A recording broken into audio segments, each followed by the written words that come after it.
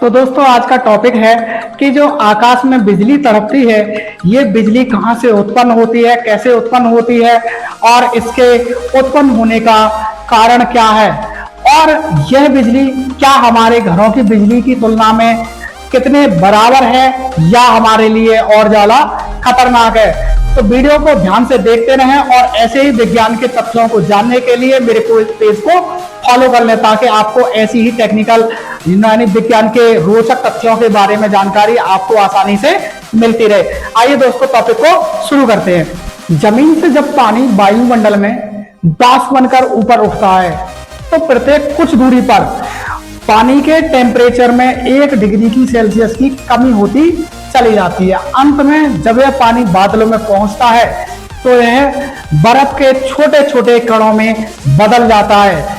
बर्फ के कण जब आपस में टकराते हैं तो घर्षण के दौरान उनमें स्थैतिक चार्ज उत्पन्न हो जाता है।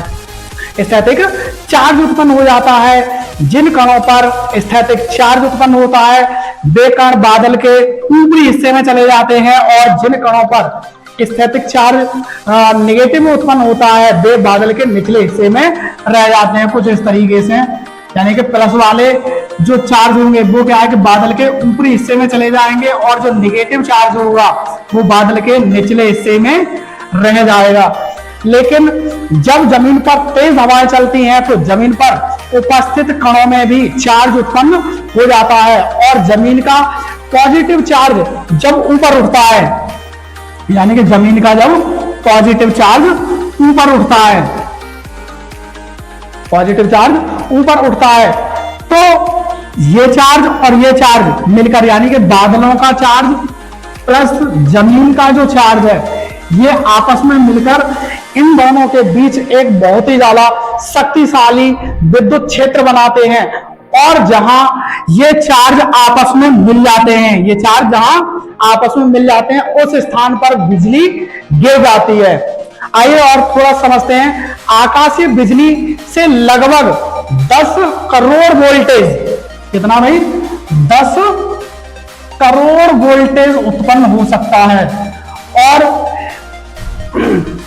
लगभग 1000 एम्पियर वोल्ट करंट, 1000 एम्पियर का करंट, और लगभग 27,000 डिग्री सेल्सियस तापमान भी उत्पन्न हो सकता है, जिससे अत्यधिक गर्मी उत्पन्न हो जाती है। और जिस स्थान पर बिजली गिरती है उस स्थान पर जहां गिर रही है उस जगह को, उस वस्तु को पूरी तरह से जला देती है और पूरी तरह से वस्तु जल जाती है। आइए देखें आकाशीय बिजली और हमारे जो घरों में बिजली उत्पन्न हो रही है उसमें कितना डिफरेंस है।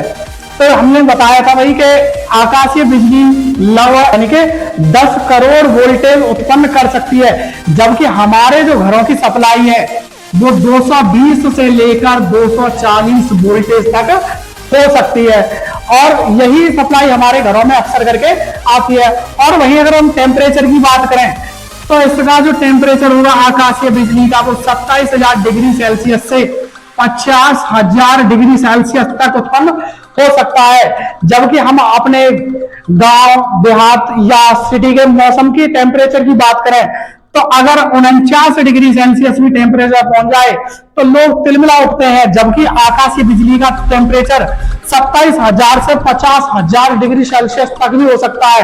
सोचो जब इतना हैवी टेम्परेचर या इतने ताप की कोई भी वस्तु कहीं गिरेगी तो उस गिरने वाली वस्तु का क्या हाल होगा।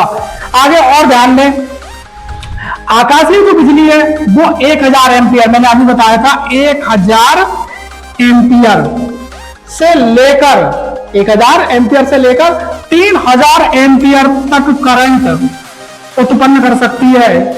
जबकि हमारे जो घरों में उपकरण लगे हुए हैं वो 5 एम्पियर से लेकर 15 एम्पियर तक में चलते रहते हैं। और यही कारण होता है कि जब आकाशीय बिजली गिरती है तो हमारे तुम्हारे यहाँ जो उपकरण वगैरह यूज में आ रहे हैं वो हाईली करंट की वजह से फूक जाते हैं और जल जाते हैं, और वो क्या है कि इतने करंट को सहन नहीं कर पाते हैं। आई होप आपको ये वीडियो जरूर समझ में आया होगा और आप इससे समझ भी गए होंगे कि आकाशीय बिजली का गिरना कितना खतरनाक हो सकता है। Thanks for watching.